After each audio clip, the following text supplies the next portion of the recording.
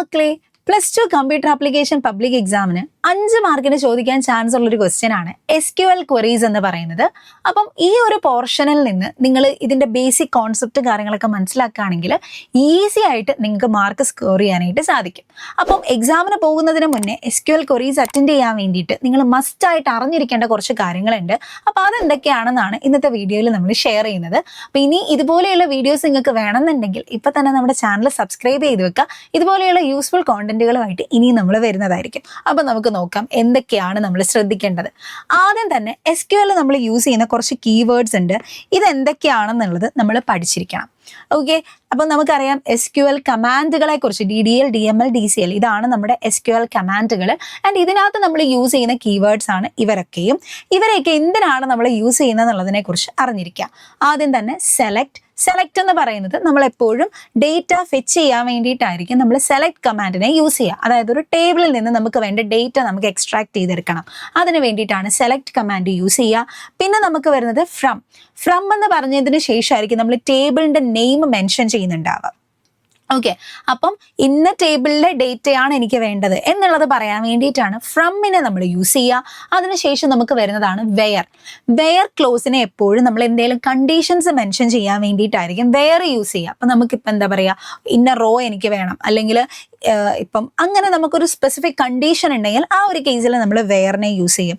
അതുപോലെ നമുക്ക് order by, എനിക്കിപ്പം അസെൻഡിങ് ഓർഡറിലോ ഡിസെൻഡിങ് ഓർഡറിലോ ഈ റോസിനെയൊക്കെ വേണം എന്നുണ്ടെങ്കിൽ അങ്ങനെ റോസിനെ സോർട്ട് ചെയ്യാൻ വേണ്ടിയിട്ട്, അതായത് ഒരു ഓർഡറിൽ സോർട്ട് ചെയ്തെടുക്കാൻ വേണ്ടിയിട്ടാണ് ഓർഡർ ബൈ നമ്മൾ യൂസ് ചെയ്യുക. ദെൻ വരുന്നതാണ് ഗ്രൂപ്പ് ബൈ എന്ന് പറഞ്ഞു കഴിയുമ്പോഴത്തേക്ക് എന്താണ്, അഗ്രിഗേറ്റ് ചെയ്തെടുക്കാൻ വേണ്ടിയിട്ട് നമുക്ക് ഈ ഒരു റോസിനെ, ഗ്രൂപ്പ് ഓഫ് റോസിനെ നമ്മളൊന്ന് അഗ്രിഗേറ്റ് ചെയ്തെടുക്കുക. അതിന് വേണ്ടിയിട്ടാണ് ഗ്രൂപ്പ് ബൈ യൂസ് ചെയ്യുക. പിന്നെ നമുക്ക് വരുന്നത് ഹാവിങ് ആണ്. അതായത് ഓൾറെഡി നമ്മളിപ്പം വെയർ ക്ലോസ് ഒക്കെ യൂസ് ചെയ്ത ഒരു കണ്ടീഷനൊക്കെ വെച്ചിട്ട് നമ്മൾ ഗ്രൂപ്പ് ചെയ്ത് വെച്ചിരിക്കുന്ന നമ്മുടെ ഈ ഒരു റോസ് ഉണ്ടല്ലോ, അതിനെ നമുക്ക് വീണ്ടും ഫിൽറ്റർ ചെയ്യണം.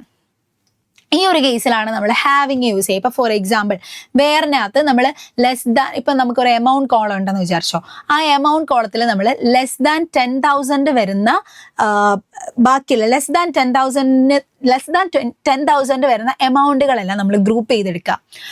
ഇതാണ് നമ്മുടെ ഫസ്റ്റ് ഗ്രൂപ്പ്. ഇപ്പം ഇതിനകത്തുനിന്ന് എനിക്ക് വീണ്ടും ഫിൽറ്റർ ചെയ്ത് ലെസ് ദാൻ 5,000 വരുന്ന ഗ്രൂപ്പുകൾ വേണം. അപ്പം ആ ഒരു ഫിൽറ്ററിങ് നടത്താൻ വേണ്ടിയിട്ട് എനിക്ക് ഹാവിങ്ങിനെ യൂസ് ചെയ്യാനായിട്ട് സാധിക്കും.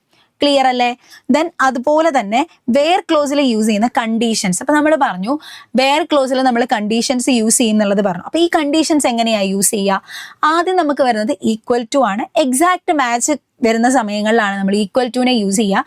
പിന്നെ നമുക്ക് വരുന്ന ന്യൂമറിക് കമ്പാരിസൺസ് ആണ്. അതിന് വേണ്ടിയിട്ട് less than, greater than, less than or equal to, greater than or equal to ഇവരെയൊക്കെ നമ്മൾ യൂസ് ചെയ്യും. അതുപോലെ തന്നെ ഇന്ന്, ബിറ്റ്വീൻ, ലൈക്ക്. ഇന്നെന്ന് പറഞ്ഞു കഴിയുമ്പോൾ നമ്മൾ മൾട്ടിപ്പിൾ സ്പെസിഫിക് വാല്യൂസിനെ സെലക്ട് ചെയ്യാൻ വേണ്ടിയിട്ടാണ് ഇന്നിനെ യൂസ് ചെയ്യുക. അതായത് ഇപ്പം എന്താ പറയുക, എനിക്കിപ്പം ഒരു ടേബിളിൻ്റെ ഉള്ളിൽ നിന്ന് ഇപ്പം കോട്ടയം എന്ന് പറയുന്ന ഒരു പ്ലേസിൻ്റെ പേര് ഞാൻ കൊടുത്തിട്ടുണ്ട്. ആ കോട്ടയത്ത് നിന്ന് വരുന്ന ആൾക്കാർ ആരൊക്കെയാണെന്ന് എനിക്ക് കണ്ടുപിടിക്കണം. അപ്പം അതിന് വേണ്ടിയിട്ട് ഞാൻ എന്ത് ചെയ്യുക, ഒരു വാല്യൂ ഞാൻ അവിടെ മെൻഷൻ ചെയ്തിട്ട് ആ വാല്യൂവിൻ്റെ ബേസിൽ ഞാൻ ഡീറ്റെയിൽസ് എടുക്കുക. അതിന് വേണ്ടിയിട്ടാണ് ഇന്നെന്ന് പറയുന്നതിനെ ഞാൻ യൂസ് ചെയ്യുക. പിന്നെ ബിറ്റ്വീൻ, നമുക്ക് രണ്ട് വാല്യൂസിൻ്റെ റേഞ്ച് കണ്ടുപിടിക്കാൻ വേണ്ടിയിട്ടൊക്കെ നമ്മൾ ബിറ്റ്വീൻ യൂസ് ചെയ്യും. എക്സ് ആൻഡ് വൈ എന്നൊക്കെ പറഞ്ഞിട്ട് നമുക്ക് യൂസ് ചെയ്യാം. ആൻഡ് ലൈക്ക് നമ്മൾ യൂസ് ചെയ്യുക ടെക്സ്റ്റ് പാറ്റേൺ മാച്ച് ആവാൻ വേണ്ടിയിട്ടായിരിക്കും. ഇപ്പം ഞാൻ ഒരു ടേബിളിൻ്റെ ഉള്ളിൽ, എനിക്ക് ഒരു ടേബിൾ ഉണ്ട്. ഈ ടേബിളിൻ്റെ ഉള്ളിൽ നെയിം എന്ന് പറയുന്ന ഒരു കോളം ഉണ്ട്. ആ നെയിമിൻ്റെ ഉള്ളിൽ നിന്ന് ഞാനിവിടെ എഴുതുകയാണ് ലൈക്ക് പി, ഇങ്ങനെ എഴുതാന്ന് വിചാരിച്ചു. അപ്പം ഇവിടെ എന്ത് സംഭവിക്കും, നെയിം എന്ന് പറയുന്ന ഈ ഒരു കോളത്തിൻ്റെ ഉള്ളിൽ പി എന്ന് പറയുന്ന ടെക്സ്റ്റ് വരുന്ന എല്ലാ വേർഡ്സും എനിക്ക് സോർട്ട് ചെയ്ത് കിട്ടും. ഓക്കെ, അപ്പം ഞാനിവിടെ പി എന്നുള്ള ഈ ഒരു ലെറ്റർ ഏതൊക്കെ പേരിലാണോ മെൻഷൻ ചെയ്തിട്ടുള്ള ആ പേരുകളെല്ലാം എനിക്ക് സോർട്ട് ചെയ്ത് കിട്ടും. അങ്ങനെ പി എന്ന് പറയുന്ന ടെക്സ്റ്റിൻ്റെ പാറ്റേൺ മാച്ച് എനിക്ക് അവിടെ ചെയ്യാനായിട്ട് സാധിക്കും. അങ്ങനെ ടെക്സ്റ്റ് പാറ്റേൺ മാച്ച് ചെയ്യാൻ വേണ്ടിയിട്ടാണ് ലൈക്കിനെ നമ്മൾ യൂസ് ചെയ്യുക. പിന്നെ മെയിനായിട്ട് വരുന്ന ആൾക്കാരാണ് ഈ അഗ്രിഗേറ്റ് ഫങ്ഷൻസ്. അഗ്രിഗേറ്റ് ഫങ്ഷൻസിൻ്റെ കേസിൽ എപ്പോഴും ശ്രദ്ധിക്കുക, അഗ്രിഗേറ്റ് ഫങ്ഷൻസിനെ സെലക്റ്റിൻ്റെ കൂട്ടത്തിലും അതുപോലെ തന്നെ നമ്മൾ എപ്പോഴും ഹാവിങ്ങിൻ്റെ കൂട്ടത്തിലും മാത്രമേ യൂസ് ചെയ്യാൻ പാടുള്ളൂ. ആരുടെ കൂട്ടത്തിൽ യൂസ് ചെയ്യാൻ പാടില്ല, വേറെ കൂട്ടത്തിൽ നമ്മൾ ഇവരെ യൂസ് ചെയ്യാനായിട്ട് പാടില്ല. ഓക്കെ, ഇനി എന്താണ് അഗ്രിഗേറ്റ് ഫങ്ഷൻസ് ചെയ്യുക? നമുക്കിപ്പം കൗണ്ട് എന്ന് പറയുന്ന അഗ്രിഗേറ്റ് ഫംഗ്ഷൻ ഉണ്ട്. നമുക്ക് തന്നിരിക്കുന്ന റോസിന്റെ ഫുൾ കൗണ്ട് എടുക്കണം, എത്ര റോസ് ഉണ്ട് എന്നുള്ളത് കൗണ്ട് എടുക്കാൻ വേണ്ടിയിട്ടൊക്കെയാണ്, നമ്പേഴ്സിനെ കണ്ടുപിടിക്കാൻ വേണ്ടിയിട്ടാണ് കൗണ്ട് നമ്മൾ യൂസ് ചെയ്യുക. പിന്നെ നമുക്ക് പറയുന്നത് സമ്മാണ്. ഇപ്പോൾ ഏതെങ്കിലും ഒരു കോളത്തിലുള്ള വാല്യൂസിന്റെ സമ്മ് കണ്ടുപിടിക്കണം, അതിന് വേണ്ടിയിട്ടാണ് സം ഫംഗ്ഷൻ യൂസ് ചെയ്യുക. ദെൻ ആവറേജ് ഉണ്ട്. ആവറേജ് ഇതുപോലെ തന്നെ നമുക്ക് വാല്യൂസിന്റെ ആവറേജ് കണ്ടുപിടിക്കാൻ വേണ്ടിയിട്ടാണ് ആവറേജിനെ നമ്മൾ യൂസ് ചെയ്യുക. ഓക്കെ. ദെൻ ഓർഡർ ചെയ്യാൻ വേണ്ടിയിട്ട് നമ്മൾ നേരത്തെ പറഞ്ഞല്ലോ, ഇപ്പം എനിക്ക് അസെൻഡിങ് ഓർഡറിൽ ഓർഡർ ചെയ്യണം, അല്ലെങ്കിൽ എനിക്ക് ഡിസെൻഡിങ് ഓർഡറിൽ ഇതിനെ സോർട്ട് ചെയ്തെടുക്കണം. അസെൻഡിങ് ഓർഡറിലാണെങ്കിൽ ഓർഡർ ബൈ കോളം ASC നമ്മൾ യൂസ് ചെയ്യുന്നു. ഇനി ഡിസെൻഡിങ് ഓർഡറിലാണെന്നുണ്ടെങ്കിൽ ഓർഡർ ബൈ കോളം DESC എന്ന് പറയുന്ന ഫംഗ്ഷൻ നമ്മൾ യൂസ് ചെയ്യുന്നു. ഓക്കെ.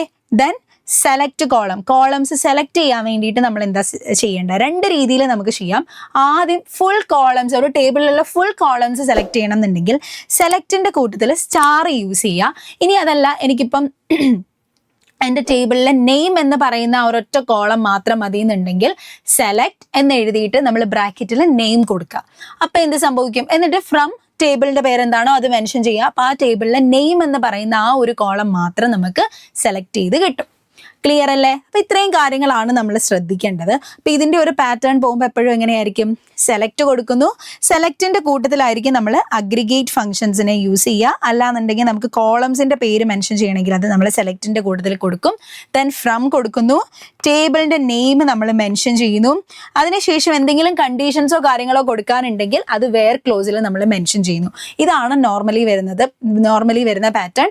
ഇനി അതിനുശേഷം നമുക്ക് ക്വസ്റ്റ്യനിൽ പറയുകയാണ് ഇതിനെ ഗ്രൂപ്പ് ചെയ്യണം എന്നോ അല്ലെങ്കിൽ വീണ്ടും ഫിൽറ്റർ ചെയ്യണം എന്നോ ഒക്കെ പറയുകയാണെങ്കിൽ നമുക്ക് ഗ്രൂപ്പ് ബൈയും, അതുപോലെ തന്നെ ഇപ്പം ഓർഡറിൽ എഴുതാൻ പറയുകയാണെങ്കിൽ ഓർഡർ ബൈ കൊടുക്കാം.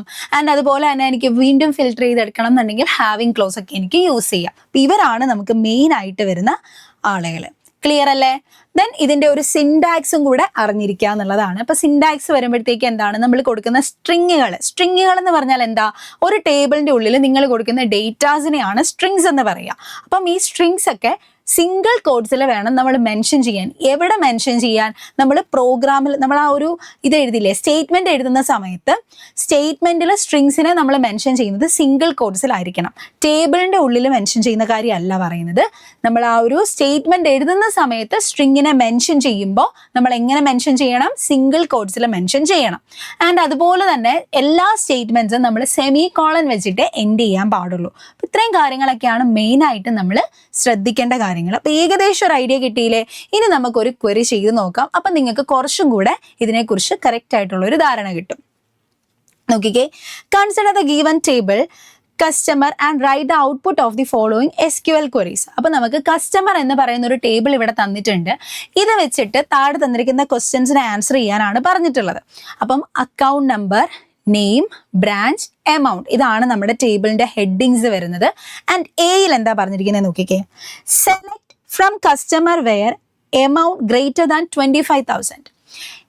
എമൗണ്ട് 25,000-നേക്കാളും ഗ്രേറ്റർ ആവുന്ന എല്ലാ കോളംസും കസ്റ്റമർ എന്ന് പറയുന്ന ടേബിളിൽ നിന്നും സെലക്ട് ചെയ്യാനാണ് പറഞ്ഞിരിക്കുന്നത്. എങ്ങനെ മനസ്സിലായി? സെലക്ട്, എന്നിട്ട് നമ്മളിവിടെ സ്റ്റാർ കൊടുത്തിട്ടുണ്ട്. സ്റ്റാർ എന്ന് പറഞ്ഞാൽ എന്താണെന്നാ പറഞ്ഞിട്ടുണ്ടായിരുന്നത്? ഫുൾ കോളംസ് സെലക്ട് ചെയ്യാനാണ് സ്റ്റാർ കൊടുക്കുക. From customer. ഓക്കെ. അപ്പൊ എന്താണ്? കസ്റ്റമർ എന്ന് പറയുന്ന ഈ ഒരു ടേബിളിന്റെ ഉള്ളിൽ നിന്ന് വേണം ഫുൾ കോളംസ് സെലക്ട് ചെയ്യാൻ. എന്നിട്ട് അതിൽ നിന്ന് നിങ്ങൾ എന്താണ് കണ്ടീഷൻ പറഞ്ഞിരിക്കുന്നത്? എമൗണ്ട് ലെസ് ദാൻ 25,000 ആയിരിക്കണം. അപ്പം എമൗണ്ട് ലെസ് ദാൻ 25,000 വരുന്ന എല്ലാ കോളംസും, എമൗണ്ട് ഗ്രേറ്റർ ദാൻ 25,000 വരുന്ന എല്ലാ കോളംസും സെലക്ട് ചെയ്യാനാണ് പറഞ്ഞിട്ടുള്ളത്. അപ്പൊ ഇവിടെ നിങ്ങൾക്ക് നോക്കിയാൽ കാണാം, എമൗണ്ട് ഗ്രേറ്റർ ദാൻ 25,000 വരുന്ന ഒരൊറ്റ കോളമേ ഉള്ളൂ, ജോൺ കണ്ണൂർ 30,000. ഓക്കെ. അപ്പൊ ഇതിന്റെ ഔട്ട്പുട്ട് നമുക്ക് എങ്ങനെയായിരിക്കും വരുന്നുണ്ടാവുക? നമുക്ക് വരും 1004 ജോൺ, ജോൺ കണ്ണൂർ 30,000. ഇതായിരിക്കും നമുക്ക് വരുന്ന ഔട്ട്പുട്ട്. ഇനി നമ്മൾ ബിയിലേക്ക് പോവാന്ന് വിചാരിച്ചോ. ബിയിൽ നമ്മളോട് പറഞ്ഞിട്ടുള്ളത് എന്താണ്? Select name from customer. Okay, അവിടെ വരെ നിർത്തിക്കേ. കസ്റ്റമർ എന്ന് പറയുന്ന ഈ ഒരു ടേബിളിന്റെ ഉള്ളിൽ നിന്നും എന്ത് സെലക്ട് ചെയ്യാനാ പറഞ്ഞിട്ടുള്ളത്? നെയിം സെലക്ട് ചെയ്യാനാണ് പറഞ്ഞിട്ടുള്ളത്. അപ്പം നെയിം നമ്മൾ സെലക്റ്റിന്റെ കൂടെയാണ് കൊടുത്തിട്ടുള്ളത്. ദാറ്റ് മീൻസ് നെയിം എന്ന് പറയുന്ന കോളമാണ് സെലക്ട് ചെയ്ത് കിട്ടേണ്ടത്. സോ ഞാൻ ഈ ഒരു കോളം ഇവിടെ സെലക്ട് ചെയ്തു. അപ്പോൾ സെലക്ട് നെയിം ഫ്രം കസ്റ്റമർ. അവിടെ വരെ ചെയ്തേ. വെയർ, ഇനി കണ്ടീഷൻ പറയാണ്, വെയർ ബ്രാഞ്ച് ഇൻ. ഓക്കെ, രണ്ട് വാല്യൂസിൽ നിന്ന് പിക്ക് ചെയ്യാനാണ് ഇന്നിനെ നമ്മൾ യൂസ് ചെയ്യാന്ന് നമ്മൾ പറഞ്ഞു. ഓക്കെ, അപ്പൊ ഇവിടെ ബ്രാഞ്ച് എന്ന് പറയുന്ന ഈ ഒരു കോളത്തിന്റെ ഉള്ളിൽ നിന്ന് കാലിക്കറ്റ് ആൻഡ് കണ്ണൂർ, കാലിക്കറ്റും കണ്ണൂരും സിംഗിൾ കോട്ട്സിൽ കൊടുത്തിരിക്കുന്ന കണ്ടോ. അപ്പൊ കാലിക്കറ്റും കണ്ണൂരും ഇതാണ് ഇവിടുത്തെ സ്ട്രിങ്സ് നമ്മൾ യൂസ് ചെയ്തിരിക്കുന്നത് അല്ലെ. യെസ്, അപ്പം കാലിക്കറ്റും കണ്ണൂരിലും വരുന്ന നെയിം, കസ്റ്റമറിന്റെ നെയിം എഴുതാൻ വേണ്ടിയിട്ടാണ് നമ്മളോട് പറഞ്ഞിട്ടുള്ളത്. അപ്പൊ കസ്റ്റമർ എന്ന് പറയുന്ന ഈ ഒരു ടേബിളിന്റെ ഉള്ളിലെ ബ്രാഞ്ചില് കാലിക്കറ്റ് ആൻഡ് കണ്ണൂരിന്റെ നേരെ വരുന്ന പേരുകൾ മെൻഷൻ ചെയ്യാനാണ് ആ ഒരു സ്റ്റേറ്റ്മെന്റിൽ നിങ്ങളോട് പറഞ്ഞിട്ടുള്ളത്. അപ്പൊ ഇവിടെ നോക്കിയാൽ കാലിക്കറ്റിന്റെ നേരെ കുമാറും കണ്ണൂരിന്റെ നേരെ ജോണും ആണ് വരിക. സോ ഇവിടെ നമുക്ക് എക്സിക്യൂട്ട് ചെയ്ത് കിട്ടുന്നത് എന്തായിരിക്കും? കുമാർ ആൻഡ് ജോൺ, ഇങ്ങനെയായിരിക്കും നമുക്ക് കിട്ടുന്നുണ്ടാവുക. ഇനി സിയിലേക്ക് വരുമ്പോൾ എന്താണെന്ന് നോക്കാം. സിയിലേക്ക് വന്നു കഴിയുമ്പം select count from customer where amount less than 20,000. Okay, less than 20,000 ഇവിടെ നമ്മുടെ കണ്ടീഷൻ പറഞ്ഞിരിക്കുന്നത് എന്താണ്? എമൗണ്ട് ലെസ് ദാൻ 20,000 വരുന്ന എത്ര പേരാണുള്ളത് എന്നുള്ളത് കൗണ്ട് ചെയ്യാനാണ് പറഞ്ഞിട്ടുള്ളത്. അപ്പൊ കസ്റ്റമർ എന്ന് പറയുന്ന ഈ ഒരു ടേബിളിന്റെ ഉള്ളിൽ 20,000 താഴെ എമൗണ്ട് വരുന്ന എത്ര എണ്ണം ഉണ്ട് അത് കൗണ്ട് ചെയ്യാം. അപ്പൊ നിങ്ങൾക്ക് ഇവിടെ നോക്കിയാൽ കാണാം 20,000 ലെസ് ആയിട്ട് വരുന്നത് 18,000 ഉണ്ട്, 10,000 ഉണ്ട്, 5,000 ഉണ്ട്. സോ 3 നമ്മുടെ വരുന്ന കൗണ്ട്. അപ്പൊ നമ്മളിവിടെ 3 കൊടുത്തു. ഓക്കെ, ആൻഡ് ഡിയിലേക്ക് വന്നു കഴിയുമ്പോൾ എന്താ സംഭവിക്കുന്നത് നോക്കിക്കേ.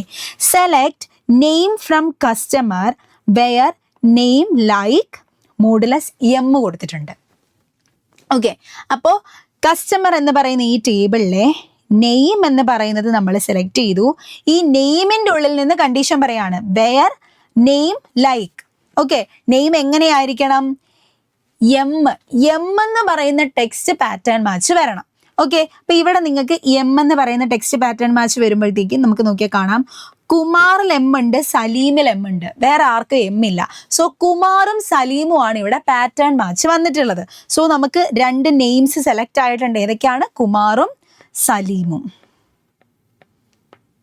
അത് നമുക്കിവിടെ ആൻസർ ആയിട്ട് കിട്ടും. ആൻഡ് ഫൈനലി ഇയിൽ എന്താ പറഞ്ഞിരിക്കുന്നത്? Select from customer order by amount descending. Okay, അപ്പം എമൗണ്ടിനെ ഡിസെൻഡിങ് ഓർഡറിലേക്ക് മാറ്റാനാണ് പറഞ്ഞിട്ടുള്ളത്. ഓക്കെ, അപ്പം എന്താണ്? ഓർഡർ ബൈ കൊടുത്തിട്ടുണ്ട്, കോളത്തിന്റെ പേര് എമൗണ്ട് ആണ്. അപ്പൊ എമൗണ്ട് ഡിസെൻഡിങ് ഓർഡർ വരുന്ന രീതിയിൽ സെലക്റ്റിൽ സ്റ്റാർ ആണ് കൊടുത്തിട്ടുള്ളത്. അതായത് ഫുൾ കോളത്തിനെ നമ്മൾ എന്ത് ചെയ്യണം? ഡിസെൻഡിങ് ഓർഡറിലേക്ക് കൺവേർട്ട് ചെയ്യണം. അപ്പൊ ഇതെങ്ങനെയായിരിക്കും വരുന്നുണ്ടാവുക? ആദ്യം വരുന്നത് 1004 ജോൺ കണ്ണൂർ 30,000. അതാണ് ഏറ്റവും വലുത് വരുന്നത് അല്ലെ. ഡിസെൻഡിങ് ഓർഡർ എന്ന് പറയുമ്പോൾ ഏറ്റവും വലുതിൽ നിന്ന് ചെറുതിലേക്കല്ലേ. അപ്പൊ എങ്ങനെ വരും?